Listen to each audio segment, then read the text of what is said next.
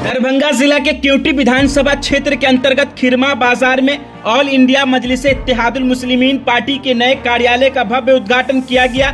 इस अवसर पर राष्ट्रीय प्रवक्ता प्रदेश अध्यक्ष आदिल हसन मुख्य अतिथि के रूप में पहुंचे। उनके साथ मिथिला के प्रभारी वकार सिद्दीकी विशेष रूप से मौजूद रहे। कार्यक्रम की शुरुआत दिल्ली मोड़ से हुई, जहां AIMIM नेता शकीलुर रहमान के नेतृत्व में फूल माला और दर्जनों गाड़ियों के काफिले के साथ आदिल हसन का जोरदार स्वागत किया गया।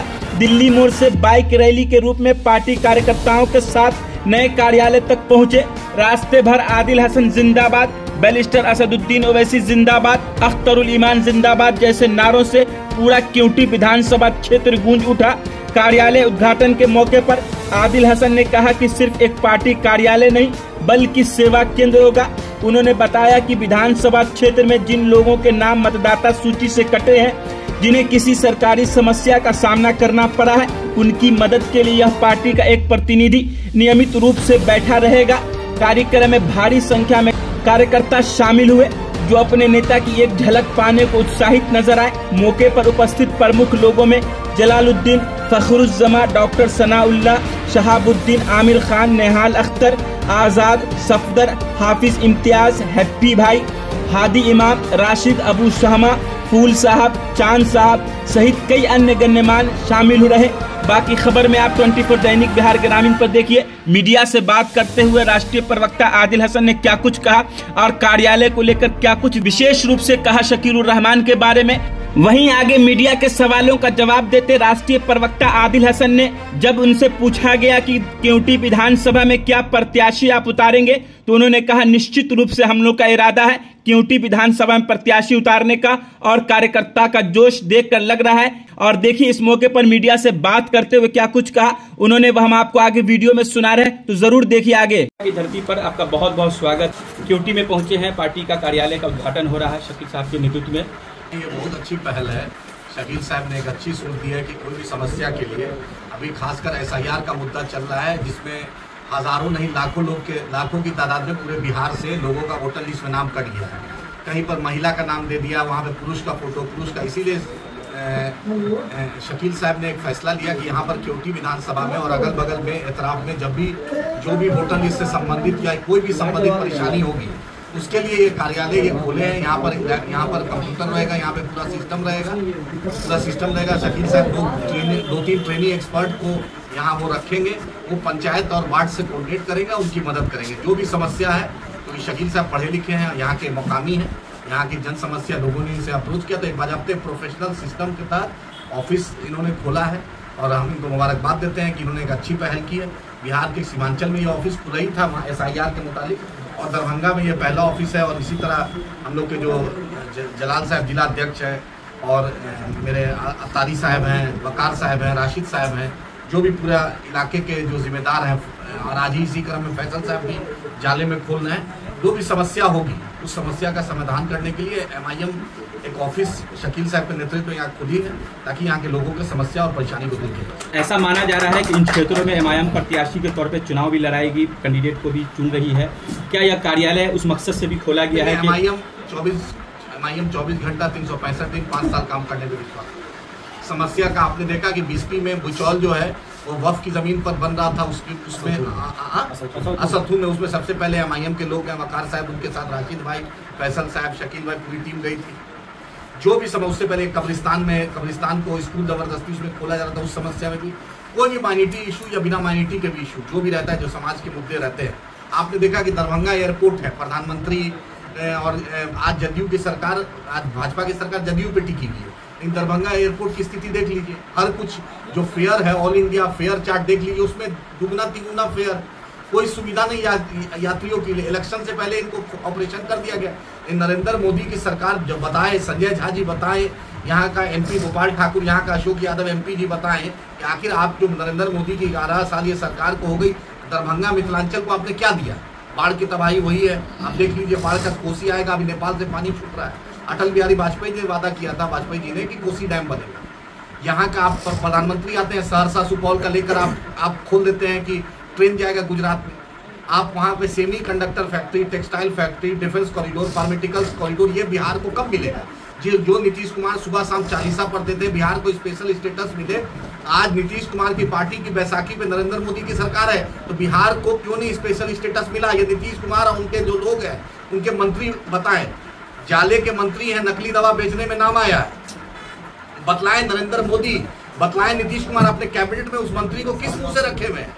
जो मंत्री पर आरोप हुआ है, सिद्ध हुआ है, कोर्ट ने दिया, उसको बगल में बैठा के प्रधानमंत्री फोटो खिंचा रहे हैं। अगर जरा सा भी नैतिकता नरेंद्र मोदी की सरकार में है तो आप प्रज्वल रवन्ना के बारे में, जो रेप कन्विक्ट है, देवेगौड़ा साहब का पोता है, ग्रैंडसन है, उसका प्रचार नरेंद्र मोदी ने किया है। तो नरेंद्र मोदी बेटी बचाओ बेटी पढ़ाओ अभियान का बतलाइए कि रेपिस्ट को आपने इंडोर्स किया। तो भाजपा सरकार, भाजपा के जितने दिलीप जायसवाल हो, जीवेश मिश्रा हो, गोपाल ठाकुर हो, अशोक यादव हो, जितने भाजपा के कारिंदा है, वो बतलाएं कि बिहार को भाजपा सरकार ने क्या दिया। और संजय झा जी बताएं कि आपने तो अपना विकास करा लिया, दोनों बेटी को सरकारी वकील बना लिया, लेकिन दरभंगा का विकास, मिथिलांचल का विकास जिस तरीके से होना चाहिए, पूरे हिंदुस्तान में मिथिलांचल का एक अलग पहचान है, लेकिन मिथिलांचल में क्या विकास हुआ है? संजय झा जी बताएं। आखिर मुंह में सेलोटेप संजय झा जी का क्यों लग गया है बिहार को स्पेशल स्टेटस के मामले में? यही नीतीश कुमार जो आपके नेता हैं, नीतीश जी दिल्ली में जाकर सभा किए थे, बिहार को स्पेशल स्टेटस मिला है। आज आप जाकर देखिए, हजारों करोड़ रुपया सेमी कंडक्टर, बड़ी बड़ी फैक्ट्रियां आंध्र प्रदेश में, चंद्रबाबू नायडू जी हर 10 दिन में दिल्ली जाते हैं, काम कराते हैं। नीतीश कुमार से हो नहीं पाता है क्योंकि इनके जो ललन सिंह जी है वो मंत्री में बिजी है, संजय झा जी अपने बेटी को सरकारी वकील बनाने में बिजी है, इन मुख्यमंत्री का प्रिंसिपल सेक्रेटरी दीपक कुमार अपनी पत्नी को महिला आयोग का मेंबर बनाने में बिजी है। आखिर दरभंगा हो, मधुबनी हो, झंझारपुर हो, सीतामढ़ी हो, समस्तीपुर हो, ये जो मिथिलांचल का इलाका है, मिथिलांचल IAS IPS विद्यापति की धरती है, ललित नारायण मिथिला यूनिवर्सिटी है, यहाँ पर कामेश्वर महाराज जी रहे, इतने बड़ा नाम रहा है, लेकिन मिथिलांचल को 70-75 साल में जो मिलना चाहिए था वो तो नहीं मिला। और नरेंद्र मोदी की सरकार में 2009 में भी भाजपा जीता, 2014 में भी भाजपा जीता, 2019 में भी भाजपा जीता, 24 में भी भाजपा दरभंगा, मधुबनी, झंझारपुर से जीत रहा है, मिथिलांचल से जीत रहा है। वो भाजपा के नाकारा MP बताएं कि मिथिलांचल को उन्होंने क्या दिया, मिथिलांचल को उसका हक कब मिलेगा? अभी आप दरभंगा जब पहुंचे हैं तो काफ़ी बड़े पैमाने पे आपका स्वागत हुआ शकील रहमान साहब की तरफ से। MIM जिस तरह से सीमांचल के बाद अब मिथिलांचल में पैर पसार रही है, कहीं ना कहीं मजबूत होती हुई दिख रही है, इसके पीछे क्या लगता है? आप लोग की पार्टी का क्या कुछ विजन है आगे?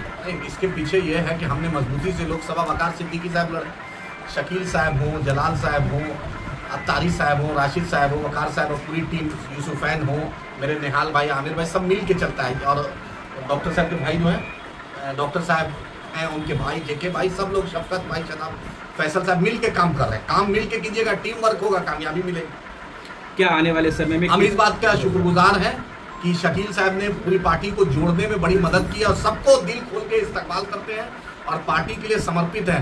इनको देरी सही पार्टी में आए, लेकिन अपनी एक पहचान बनाई, अपनी एक जगह बनाई है। बैरिस्टर असदुद्दीन ओवैसी साहब, अख्तर ईमान साहब का जो मिशन है सीमांचल के बाद मिथिलांचल, मिथिलांचल के शाहबाद, मगध, उसमें मजबूती से शकील साहब की टीम काम कर रही है। हम इनको शुक्रगुजार हैं, इनको शुक्रिया अदा करते हैं। क्यूटी में जिस तरह से कार्यकर्ताओं का उत्साह और जोश देखा गया, क्या आने वाले समय में आप प्रत्याशी दे रहे हैं? क्या उनकी उम्मीद जिंदा रहे इस बात को लेकर? देखिए, हम तो चाहते हैं अगर कि बैरिस्टर असदुद्दीन ओवैसी साहब सिक्योरिटी क्या जाले भी दे, दरभंगा ग्रामीण भी दे, बिस्फी भी दे, जो मेरा इलाका है रहे थे। हमने महागठबंधन के सामने प्रस्ताव रखा था कि आप लीजिए, लेकिन महागठबंधन में कुछ RSS के स्लीपर सेल बैठे थे जो नहीं चाहते हैं। जो अशफाक करीम साहब की जगह पर मनोज झा जी राज्यसभा चले गए, वो बोलते हैं चुनाव नहीं लड़े, तो झा जी आप 2 सीट पर क्यों हैं? राज्यसभा भी लीजिएगा, प्रोफेसरी भी कीजिएगा।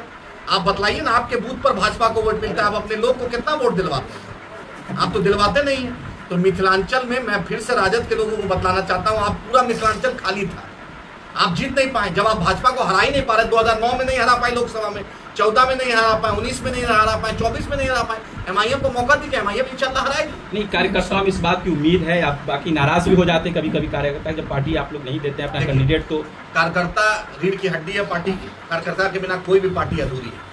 ये फैसला बैरिस्टर असदुद्दीन ओवैसी साहब, अख्तर ईमान साहब करेंगे, इंजीनियर आफ्ताब साहब, अकबर साहब करेंगे, पार्लियामेंट्री बोर्ड करेगा। लेकिन हम पूरी ईमानदारी से ये बात चाहते हैं। नहीं, ऑफ द रिकॉर्ड आपके कार्यकर्ताओं से जब बात हो रही थी, उन्होंने कहा कि नाम नहीं बताना चाह रहे हैं, लेकिन उन्होंने कहा कि हम लोग बहुत उम्मीद से और बहुत मेहनत से जमीन पर काम करते हैं, लेकिन जब विधानसभा का समय आता है, प्रत्याशी जब नहीं आते, फिर हम लोग को दूसरे का मौका देना। उनकी बात सही है, विधानसभा में अलायंस हो गया था, वही कार्यकर्ता में एक बड़ा तबका चाहता है कि अलायंस हो जाए। वही कार्यकर्ता को ये बात होना चाहिए, वकार सिद्दीकी साहब जैसी एक शख्सियत चुनाव लोकसभा लड़े, तो कार्यकर्ता को देखना चाहिए राणा रंजीत चुनाव लड़े, नजमी साहब चुनाव लड़े, अखिलेश्वर शर्मा जी चुनाव लड़े, प्रियंका चौधरी जी चुनाव लड़ी, दीनानाथ मांझी जी चुनाव लड़े। आखिर वो भी पार्टी के लोग थे ना, लोकसभा चुनाव लड़े। परिस्थिति आएगी, हम क्यों नहीं चाहेंगे, लेकिन जब पहला प्रयास है कि भाजपा को हराना है, कि हमने ईमानदारी से एक प्रस्ताव महागठबंधन के सामने रखा था। कार्यकर्ता रीढ़ की हड्डी है, उनके भी जज्बात का है, लेकिन कार्यकर्ता का एक बड़ा तबका चाहता है कि हम भाजपा को हराएं, महागठबंधन में जाएं। तो जो बैरिस्टर साहब जो वक्त हालात होंगे उसका फैसला लिया जाएगा। आपके नेतृत्व में केवटी विधानसभा में कार्यालय खुला है, आपके नेता आदिल हसन साहब मौजूद हुए हैं, फीता काट करके स्वागत हुआ है हम लोगों का, क्या कुछ कहना चाह रहे हैं कार्यालय खोलने के बाद? हमारे राष्ट्रीय प्रवक्ता जनाब आदिल हसन साहब का मिथिला की धरती पर हम बहुत बहुत स्वागत करते हैं और कहना चाहेंगे कि जिस तरह आदिल भाई हमारे यहाँ आए हैं केवटी विधानसभा में और हम लोग का हौसला बढ़ाने का काम कर रहे हैं, इंशाअल्लाह आने वाले समय में हम लोग और मजबूती से केवटी विधानसभा दरभंगा मिथिलांचल को पूरी मजबूती की तरफ ले जाएंगे।